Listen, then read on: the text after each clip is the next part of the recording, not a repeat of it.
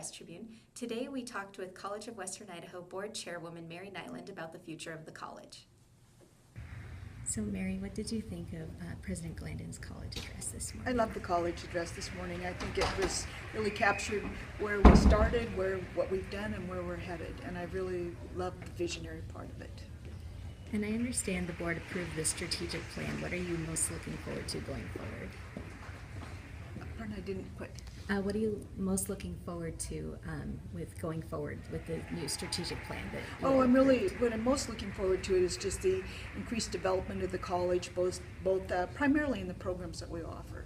You know, with the new structures, the new buildings, with the vision for the future, I think we're going to be better able to meet the needs and the desires of our constituents, but also be a huge economic driver for the community. And what did you think of the bond discussion? And for those who weren't there, can you give a quick recap? I'm always hoping that lots of people show up for the bond discussions, because I know it's a critical issue for the college, and it's a critical issue for Ada and Canyon counties.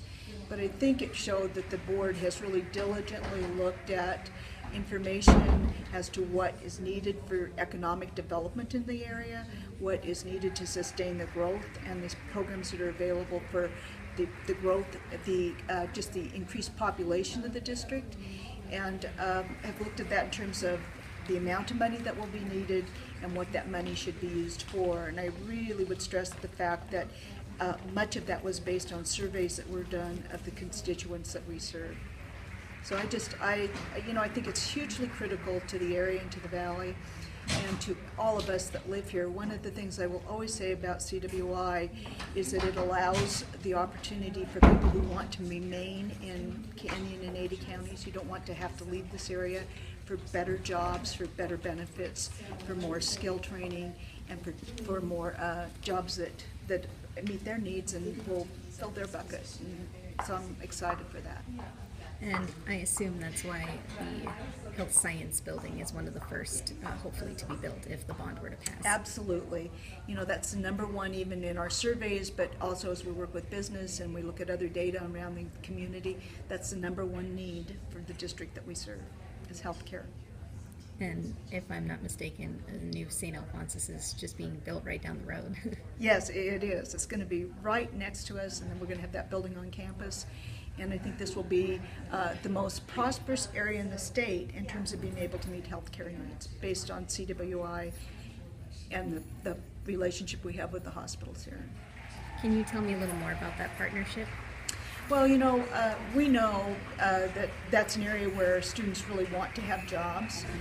It's an area where we've not always been able to take every student that we had that would like to be in the healthcare field, because we haven't had the capacity to do that.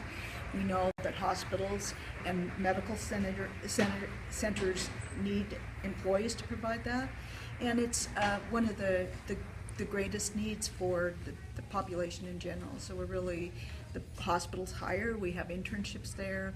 They also, both hospitals have been very supportive of CWI in terms of money and assistance, and so it's a great partnership. It meets our needs. It meets the needs of the hospitals, but most importantly, I think it meets the needs of people who want that training and that education. And it looks like the college has been blessed with some new scholarships for trucking. I didn't know that was kind of a big thing. Oh yes, and of course a lot of love for Hatch Barrett, who has always been, he was supportive of career technical education, even when there was no CWI and it was embedded at Boise State. His love for that, his passion for that, was instrumental in the startup of the college. He was an early board member, one of the founding board members, and obviously truck driving was his great love and the industry in which he worked in and supported, and so he funded it to go forward. Now, I'm sure you know, I have to ask, how do you feel that you, Trustee Hurlbut, and Trustee Dunham are up for election this November? Trustee Dunham is going to be on the ballot. I think Trustee Hurlbut has decided at this time that he's not going to be running. I will obviously be on the ballot, and I think for me it's the stability moving forward.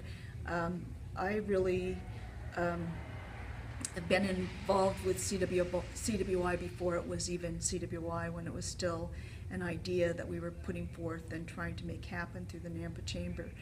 But I think the consistency, the continuity, and particularly as we go through accreditation, is critical. And that was a primary reason for me to run again, and I think it's true for Mark Dunham as well.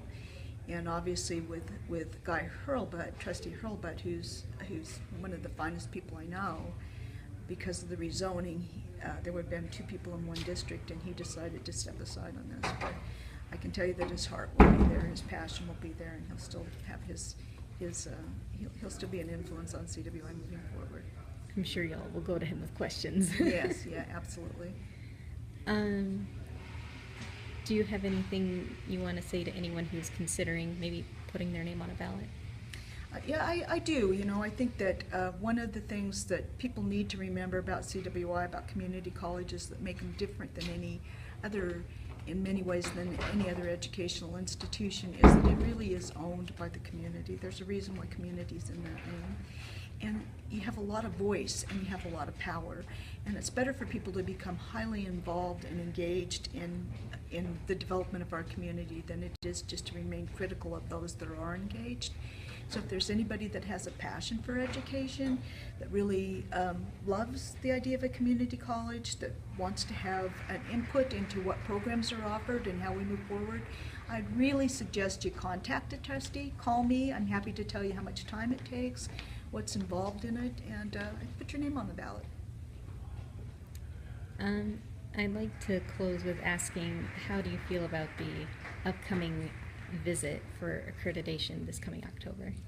I'm confident. I'm very confident that we're going to do very well in this accreditation visit. I think there's been a lot of work that's gone into it, not just from administration and from faculty, but also from the trustees, and we've had some great support. We've had support of other academic institutions. We can't say enough about Dr. Jeff Fox and CSI and how they've helped us.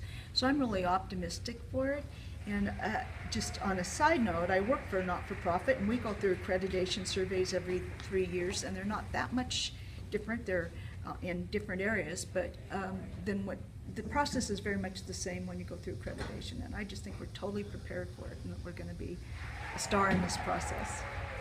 Not to ask you to give away all your secrets, but President Glandon talked about how everybody probably has a story about a student. Do you have a story that comes to mind when he said that? You know, I actually kind of get emotional about this part of it because I have a lot of stories. I have stories that I've heard from students, from people that have come into the community college, that have seen me or been in environments when we've talked about CWI where they've come up and told me what it's meant in their life. And that will always mean something to me. But also, I will tell you that at Woodco, we have two individuals who work for us that were young women that came in out of high school, didn't have any, had not gone on to college for a variety of reasons. It's either because they didn't believe they could do it, they didn't have the financial resources, or they were not encouraged, or they felt like there wasn't that the environments were too large. They really wanted to go, maybe had explored Boise State.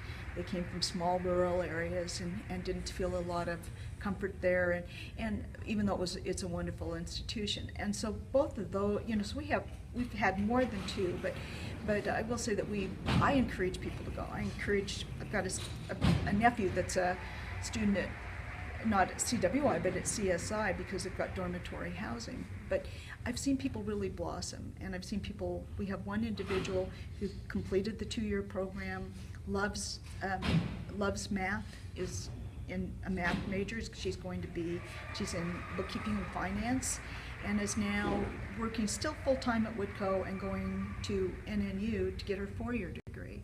So it just shows you what people can do, and if you believe in them and the opportunities there, they can make it happen.